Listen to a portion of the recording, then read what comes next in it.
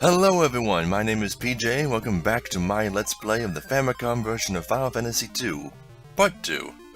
A few things to go over. One, this is what the game looks like when you boot it back up after a save. That's what your save block looks like. It keeps track of character speed, a file's message speed, individually. That's kind of weird, right? And you can change it just with the left and right buttons. But yeah, I did a teeny bit of level grinding. Not a whole lot. I did like an hour, because I didn't understand fully exactly what it is that causes you to gain maximum HP and MP.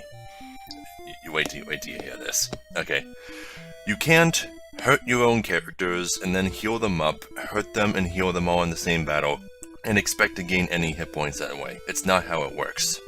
How it works is you figure out what 1/8 of your maximum health is, and that's how much less health you have to start with, you have to end a fight with than you started with.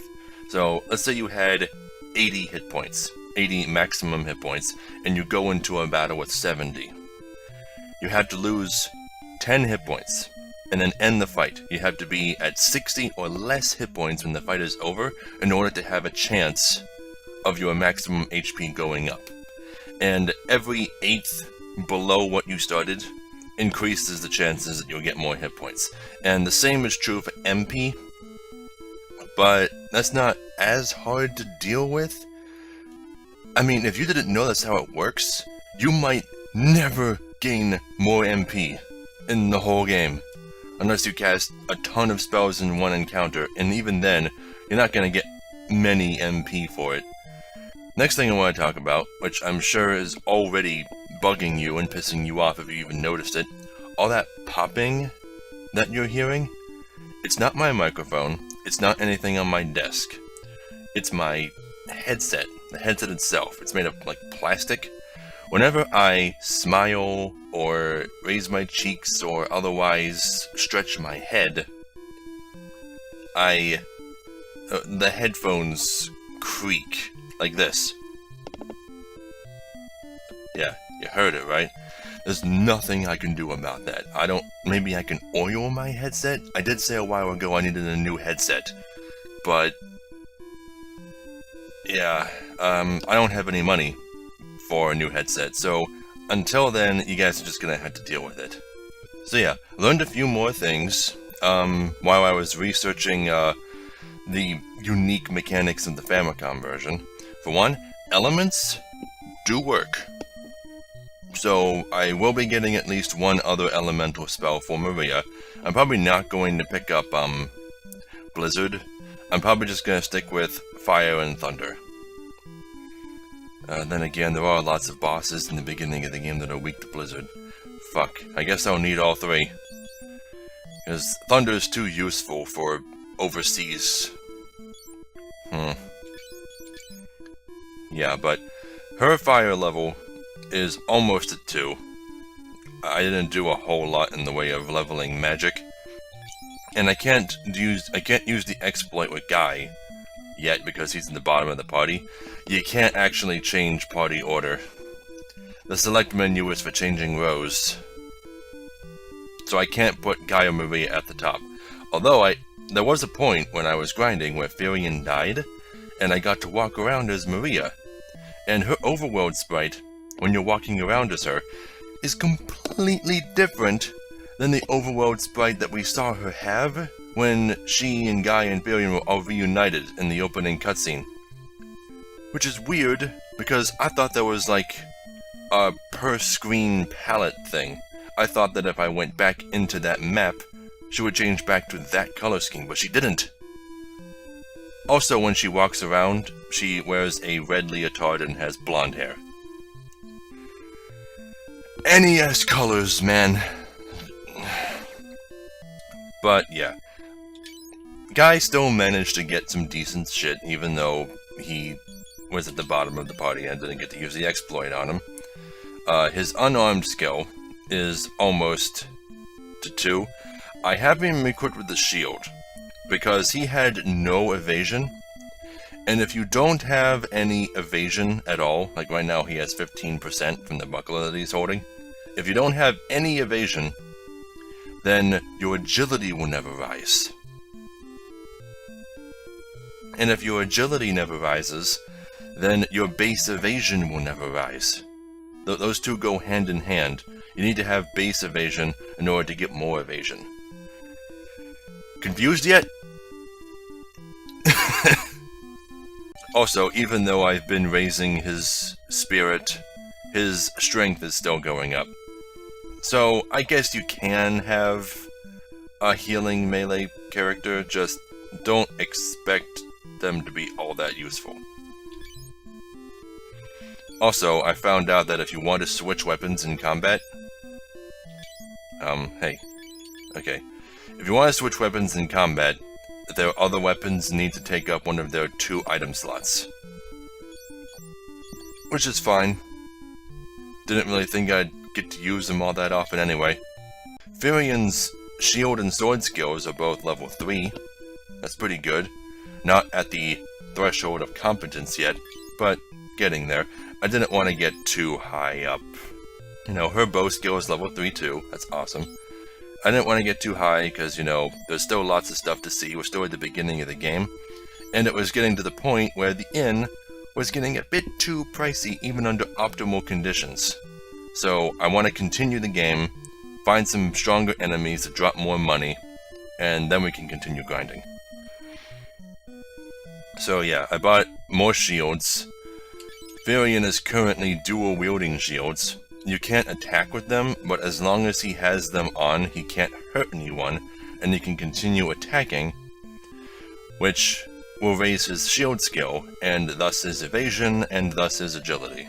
But you don't actually gain agility for using shields or having high evasion. You gain agility for being the target of attacks. You don't have to get hit, and you can still get hit, but whether or not, your agility will go up, which I guess makes sense. You're learning both from succeeding and failing at dodging an attack. So, that all being said, there's nothing left for us to do in the town until I'm ready to buy more spellbooks. So, now we're going to start heading north. You remember the old man in Hilda's throne room mention a town called Gatria up north? He said we'd be lucky to get there. Also, auto-targeting doesn't work. I tested it. Auto-targeting still isn't a thing. I should have known. Because in the Famicom version of 3, they treated auto-targeting like it was this special thing. Like, whenever you target an enemy, like numbers appear above their heads, telling you which character targeted that enemy. Goddamn, now I'm wondering if that even has auto-targeting. I can't remember. Yeah, but Furion can't hurt anyone as long as he's dual-wielding shields, and that is perfectly fine with me. The sooner he gets his agility up, the better. What is his current agility anyway? 10? Is that what he started with? Has he gained any agility yet? I don't know. I'll worry about that later when I'm grinding. But for now, let me give him back his sword.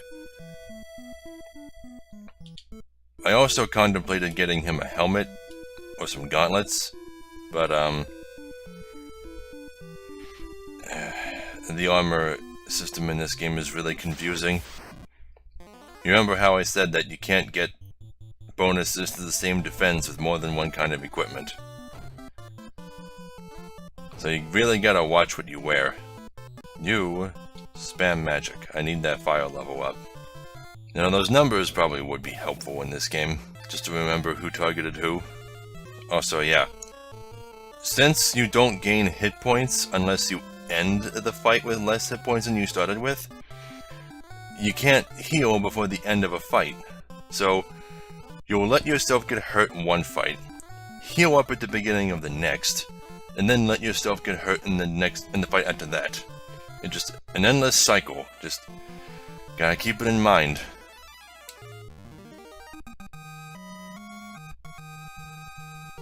Yeah, see? Maria's HP went up. So, next fight, I'll heal her.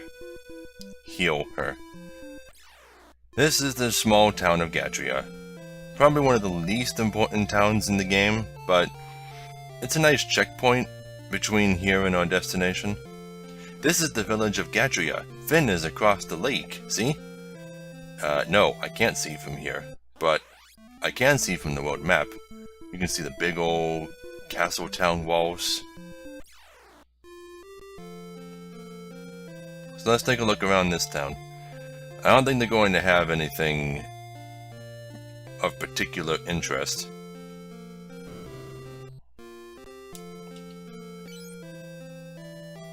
Nope, they don't have any new weapons.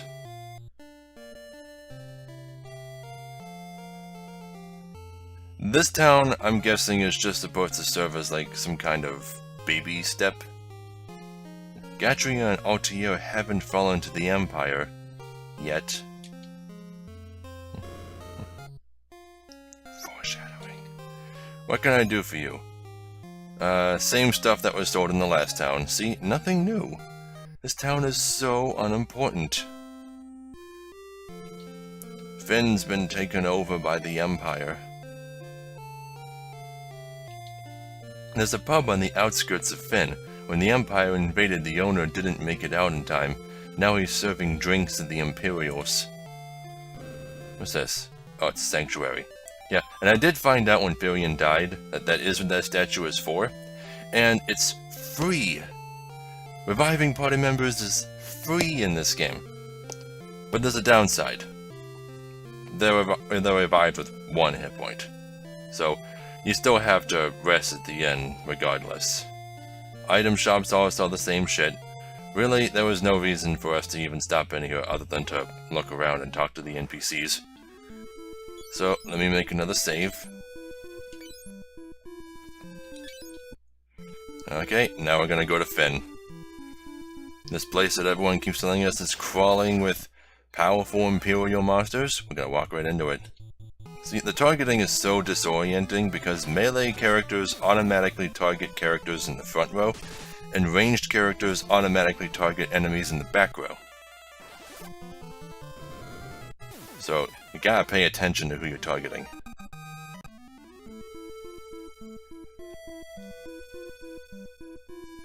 Walk all the way around this lake. I haven't gotten to show you the world map yet, but if you stray too far off the path that it wants you to take, you will run into world map enemies that are too strong for you. This game doesn't care. You walk just a bit too far to the west of Altair, you're dead.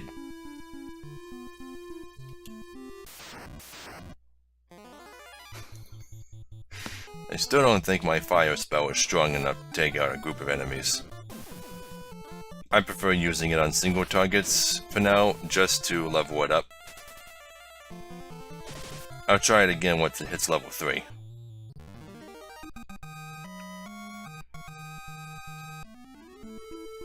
Okay, almost there. This is the castle town of Finn. Probably the largest looking city in the game.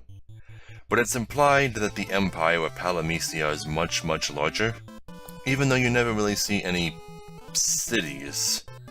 Palamecia is a desert kingdom, and it's mostly desert. There's almost, in fact, there are no towns. It has a coliseum and a castle on top of the mountain, and that's it. It makes you wonder if it even had any civilians to begin with. Or if they were just all recruited as soldiers. Men, women, children, babies, dogs, whoever.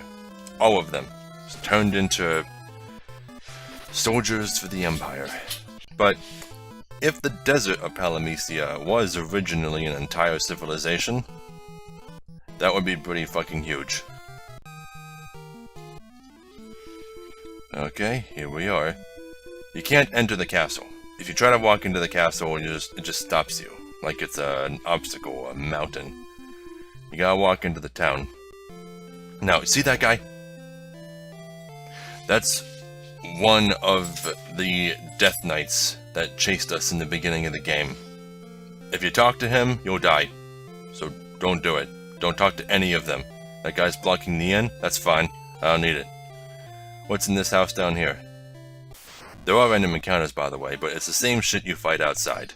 As long as you don't talk to the guards, you'll be good. Okay. This house here, it's never said because there's no one here right now, but this is Paul's hideout. And by hideout, I mean it's his house. But, you know, nothing out of the ordinary. And then it gives you the prompt box. But there's nothing we can do about this wall for now. Absolutely nothing. It's just there to let you know that there is a secret there. And it doesn't just come out of nowhere later. You got Deus Ex Machina or whatever.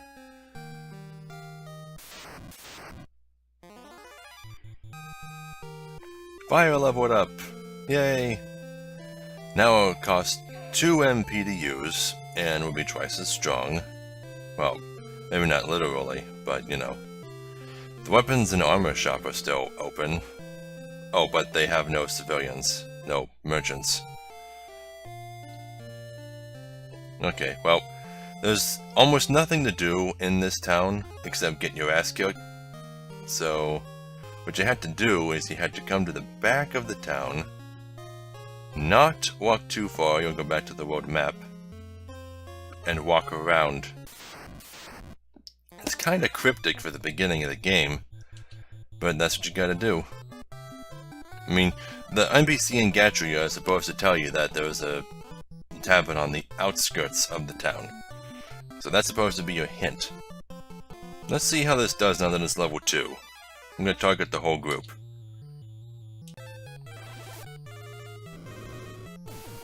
Ooh. Ooh.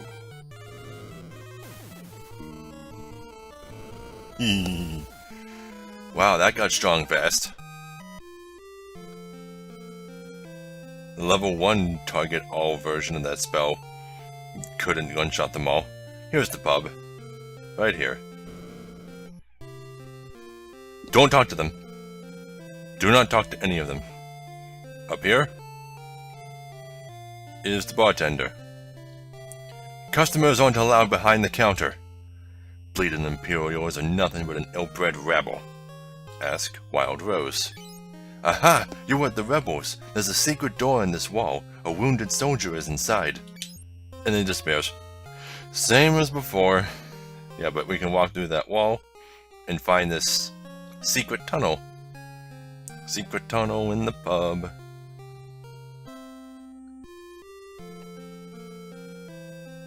Let's see, a wounded soldier, huh? Wonder who it could be. Potion? Potion? Potion. With all these fucking potions, how are you not able to save him? Or whatever. If you're going to turn me over to the Empire, kill me first. Ask Wild Rose. So, you're rebels, right? I'm Prince Scott of Kashuan. Remember? Gordon's brother that he left behind? Prince Scott? We were told you didn't make it. I'm barely alive. I have a favor to ask. Tell my brother Gordon that he's strong and needs more faith in himself. Also, the king must know that the reason Finn lost is because Count Borgin betrayed us. He's now a general in the Imperial Army. And tell Hilda that I love her. No, don't deliver that last message. The confessions of a dying man, they would only bring her pain. My brother Leon, have you heard news of him? I'm sorry, but I have not. Here, I want you to take my ring. I'm sure it will be of use. I've grown extremely tired. If you'll excuse me, I just need to rest for a little while. Received Scott's ring. What the... Oh, no, I didn't want to... You repeated the whole thing? Use ring? Okay. And then he disappears. They really... oh, they kind of screwed that up, didn't they? You're not supposed to be able to talk to him again. Because he just died. Yeah, you wouldn't be able to tell just from the fact that he just disappeared, because all the NPCs disappear when they're done talking to you. But he's dead. The remakes make it more clear. Yeah, he died. Poor named NPC with only a fraction of screen time. Okay, avoid all the Imperial soldiers. Walk back out onto the world map, and now we're gonna head all the way back to our home base in Altair. So that'll take me a bit.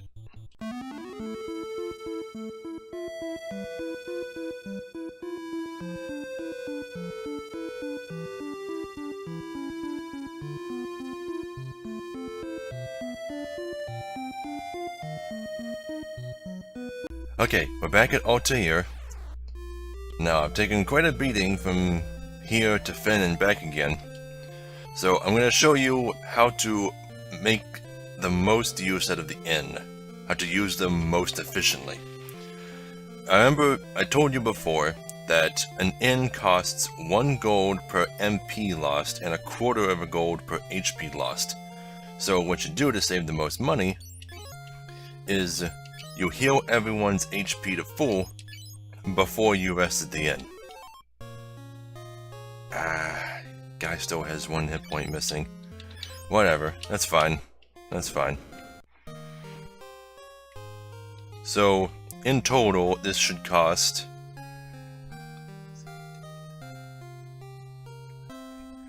either 23 or 24 gold, depending on which direction it rounds. 23. Pleasant dreams. And I have enough money to buy another spell book. That's cool. Which would come up first? I'm gonna get Ice next. I'm gonna go grab Ice, put it on Maria, and then we'll go talk to Hilda and Gordon and all them. Oh, right, before I forget, that ring that we were given? This is what lets us see the world map. Right? Maybe just having it in our inventory will let us use the shortcut. The secret code. Because I remember the description of the ring in the remakes says that's specifically what it does. Blizzard. So, go to Blizzard and use that on Maria. Now she's got another spell to use. And level. 1,500 times. Now let's go talk to everyone else. Oh, since I'm on the world map anyway. There we go. Now, Final Fantasy II, specifically the Famicom version, has a really cool world map. Look at this. It actually updates in real time as you rotate it, like one of those fucking old Windows 95 programs. But yeah, that's where we were, that town at the bottom of the crosshair. And to the northwest you can see Finn, and the tiny dot between us is Gatria. To the northeast is either Poft or Paloom, I forget which, but the other is further northeast of that. To the southwest, on that tiny island surrounded by reefs? I don't know. That's the Crystal Tower? No, that's not the Crystal Tower. The Magician's Tower? I forget what it's called. But if you wanted to, you could roll this whole globe around. Is there a faster way? There's not a faster way, is there? That is really slow. But I guess you're not meant to explore the whole world map with this thing. You're just supposed to figure out where you are in relation to everything else. Final Fantasy II's world map is unique in the series because its landmass circles the world. You could actually walk around the world. And that's why a square map doesn't really help. Because it would be crossing over a border at one point. I guess you could still use a square map, but the games tend not to give you one, due to the nature of the landmass's shape. But yeah, it's pretty cool.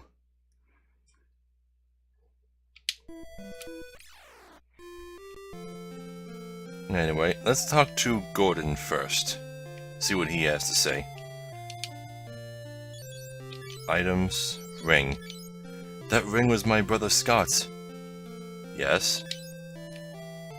That's all you say? Ah. Oh well. Do these guys say anything new? No. They tend to say new things as the story develops, you know, as new world-shattering events occur, but I guess we're not that far. What do you have to say? I've already been Finn. Fuck you. I'm gonna talk to Minwoo first. No? Okay. Items, ring. That ring! It's Scott's! Is he alive? He gave us this ring in Finn, just before he lost the last of his strength. Did he say anything?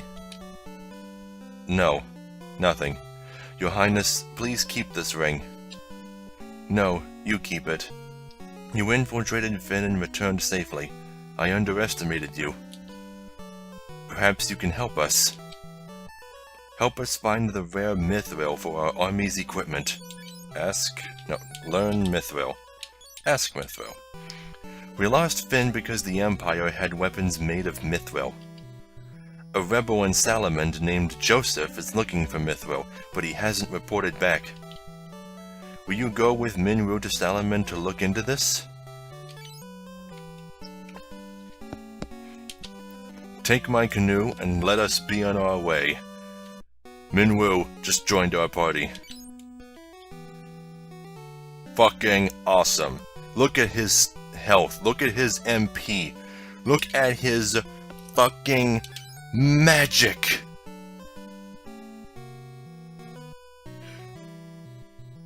Minwoo is your training wheel. He's there in order to show you what your potential is. All the different spells of the game, you can test them out, you can get them all to level 16 if you wanted, well maybe not, because you can't run into higher rank enemies at this point in the game. But yeah, Minwoo is your first party member, and after he leaves, he never comes back. That tends to be a recurring theme with all of the guest party members in this game up until we get our last one. But yeah, he's got so many spells.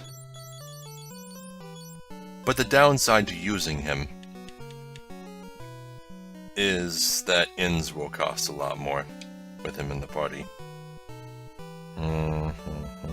But now that we have a guest party member, especially one as strong as Minwoo, that we don't really have to worry about leveling, I can finally use the attack cancel exploit with Guy.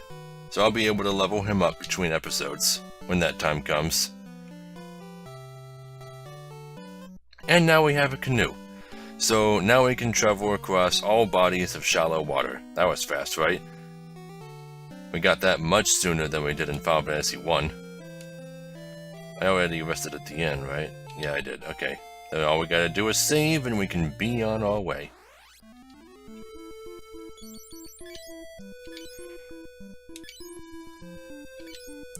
What equipment does he start with? Okay, he uses staves, as bronze armor, which is odd for a white mage, conch shell, and an ether. I'm gonna take those. Those are mine. I don't know what the conch shell does, but I'm taking it. Seriously, what does this do? Am I just supposed to use it and find out? What happens if it's a consumable? Can I use it from here? No. What the fuck is a conch shell? Give me a minute while I look this up. Okay. It's one of the games... Well, Final Fantasy 1 didn't have these, but this game has something new in the series that several games after this started using. called a spell item. You consume it during combat, and it lets you cast a really powerful spell without costing any MP. Conch Shell casts Shell 16, which I'm presuming affects the entire party and makes them highly resistant to magic. But I can't think of a single instance where we'd have to use that. I wonder how much it sells for. I'm gonna see how much it sells for. 250 gil. That's decent.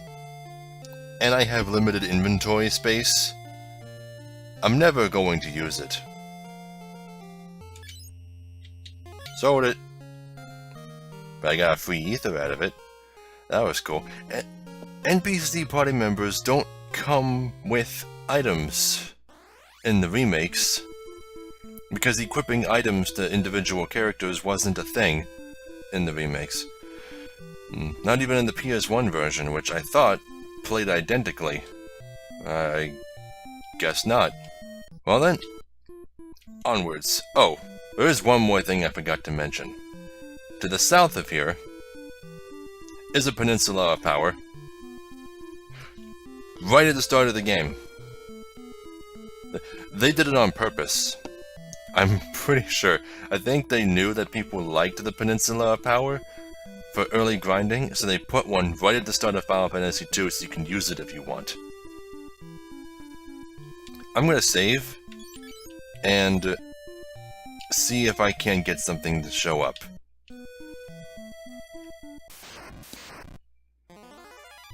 Goblins! What the fuck? Hold on. Okay, I'm pretty... Oh, hello. I can walk into the water spaces? That's weird.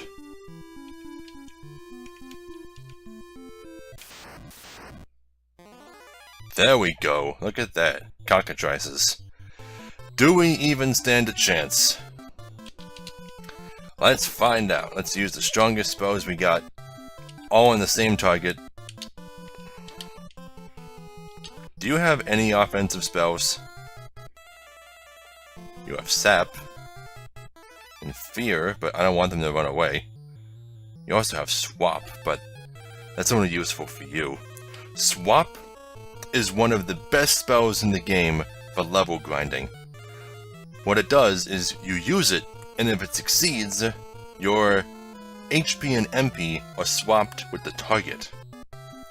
So if one of your characters uses it on, say, a goblin, they'll be reduced to 6 hit points and 0 MP, instantly bringing them down all the way to that exact point from wherever they started, almost guaranteeing a boost to HP and MP when the fight ends. That's really fucking awesome, but we won't get access to our own swap tomes until way later in the game. But now, you... I don't know, cast Protect in the party. Nope! We're all gonna die. All gonna die. Even Minwu dies.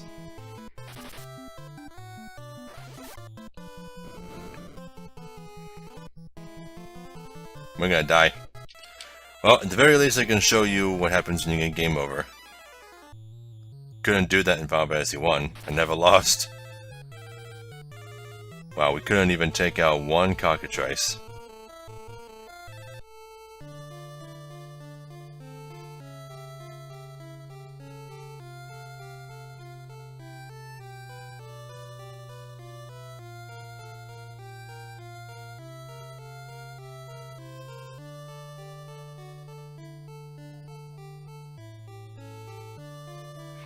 Yep, Varian lost.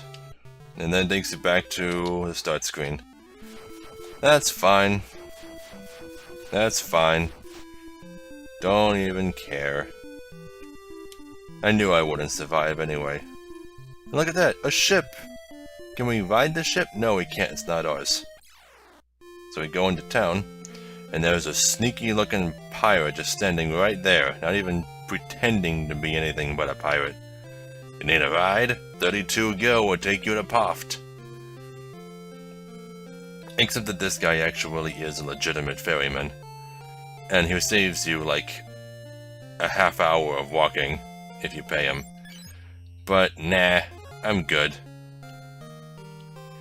Bloom and Poft haven't been attacked yet. Really, so that's 4 towns total that the Empire has not touched. Item shop, inn that we don't need. Now there's a fine lass. Let me buy you a drink. With you? No way! I like that little interaction, because in the sequel, not in the sequel, I keep calling them sequels. In the remakes, you can see face portraits of the main characters when they talk, and Maria smiles when she turns him down. Like, yeah, she knows he was just messing around. She doesn't get all offended or pissy about it. The city is past Poft or occupied by the Empire.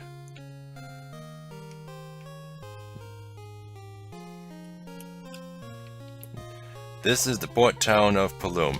Yeah, putting the NPC that tells us what the town's name is all the way in the back corner isn't exactly the greatest idea. Hello. Paloom's a town of freedom. Want to settle down here with me, cutie? Wow, everyone in this town is really flirtatious. Anything new at the armor shop? All bronze stuff. I should probably upgrade at some point, but goddamn am I poor. I need to find a decent source of income. What about the magic shop? Hold on. Okay, let's see what they got. Cure spells again. Blink, Protect, and Shell. Blink I'm not really all too concerned with. Protect and Shell will pretty much only be useful for bosses. Less so Shell. I'll pick up Protect at some point, after I have found a good method of making money.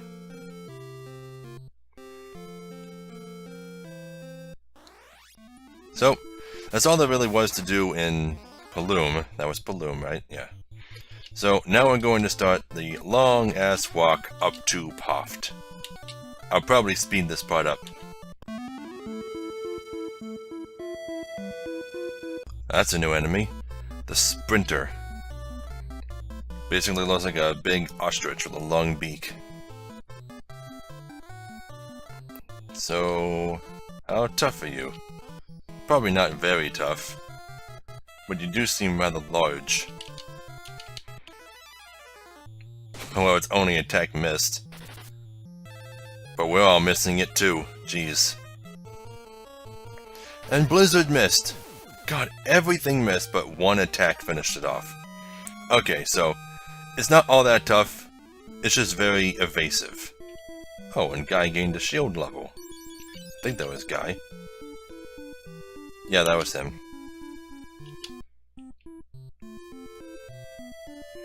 Yeah, the higher your shield level, the better your evasion and agility will rise. Yeah, see, his shield level went up, and now his evasion is 16% instead of 15. I think it was 15 before. I don't remember. But Furian's agility is really the only ones who really matters. Ooh, new goblins. Goblin guards. And we were ambushed. And they're equipped with bows, so they can attack from the back row. Normally, if a non-ranged enemy is in the back row, it can't attack. Like, at all. So, let's see. This would be the perfect opportunity to take fire for a spin on all 7 of them. Oh yeah. Let's see how that goes. Oh, come on. Let Maria go first. There we go. Oh, that doesn't one-shot those. Oh, okay. I guess a little RNG goes a bit of a ways with the goblin guards. But wow, she just took out 5 goblins with 1 spell.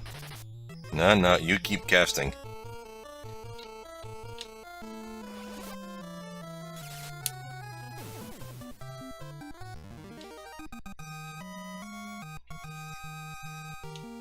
Guy gained more HP. Does that put him over 100? Oh yeah. Furion's not gaining any HP. I'm gonna have to beat him up later.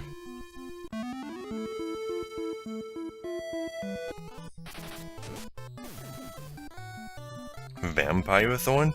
I didn't catch those things' names at first. So we got stronger leg eaters, huh? Didn't even notice they were different colors. It just seems so natural for a vine to be green. Anyway, almost there. Oh wow, there's a lot of hornets. And a queen bee. And we got ambushed. And they're running away. Oh, this is an interesting encounter. Let's see. You attack that. You burn them all to a crisp. You attack that, and you attack that.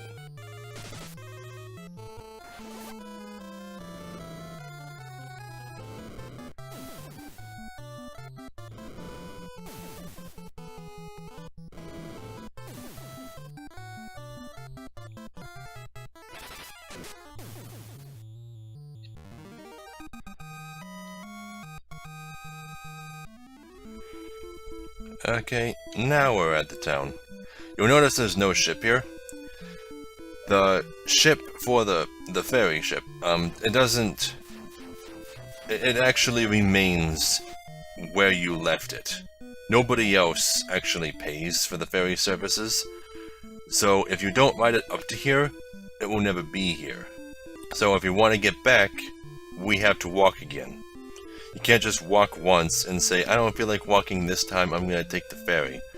No, you gotta take the ferry, and then decide whether you're willing to walk back and forth again later. It's either walk or ferry, one of the two. And I choose to walk, just because it gives me more opportunities to grind, and, well, not grind, but, you know, gain levels. Quote-unquote levels. But before we go in, I'm gonna have Minwu heal everyone to full. Not like he minds.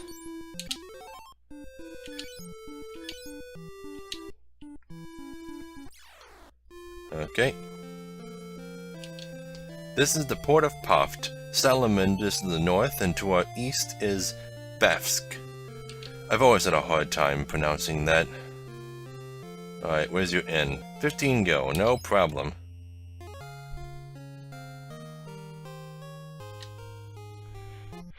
Yeah, Furion lays in the bed until you hit A, and then he gets up. Now, what's down here? I'm almost out of time, so I'm pretty much just going to show this town off, and then the episode will be over. Out of the way, lady! God. Okay, you're just another ferryman.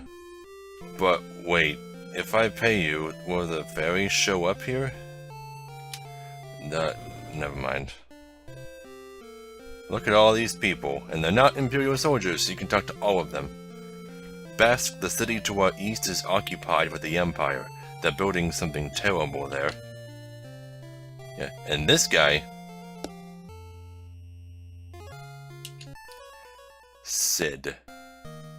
The very first Cid in the whole series. You here to ride the airship? If you've got cash, there's no place I can't take you. Learn airship.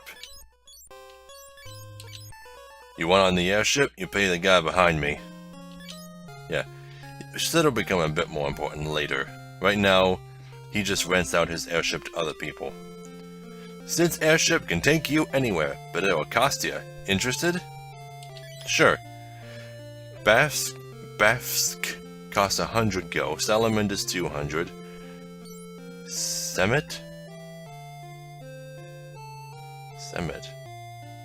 Are you talking about the waterfall cave? I forget. And Kashwan. Yeah, but the airship trips are all one way. So if you let them carry you all to... If you let them fly you all the way to Kashwan, which is really far away from here, by the way, you have to walk all the way back. There is a safe way to get back from Kashwan, but I don't want to spoil that. Let's see, what do the rest of these people say? Oh, you said the same thing. Oh my god. Do you all just talk about Bafsk and the terrible thing they're building there? Can I talk to you over counters? Nope. Guess counter flags didn't exist yet. Oh my god, they all say the same thing. Surely these guys... No. All the same thing. Why bother having that many NPCs all to say the same thing? Well, whatever.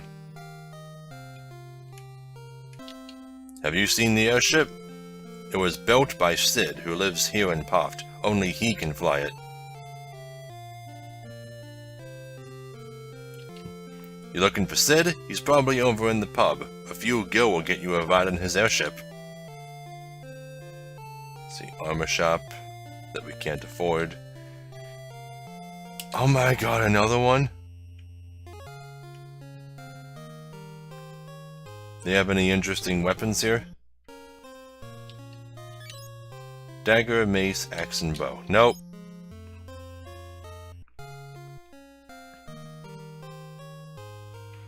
What about spells? Cure, blank, same as Paloom. Oh well, these towns are disappointing.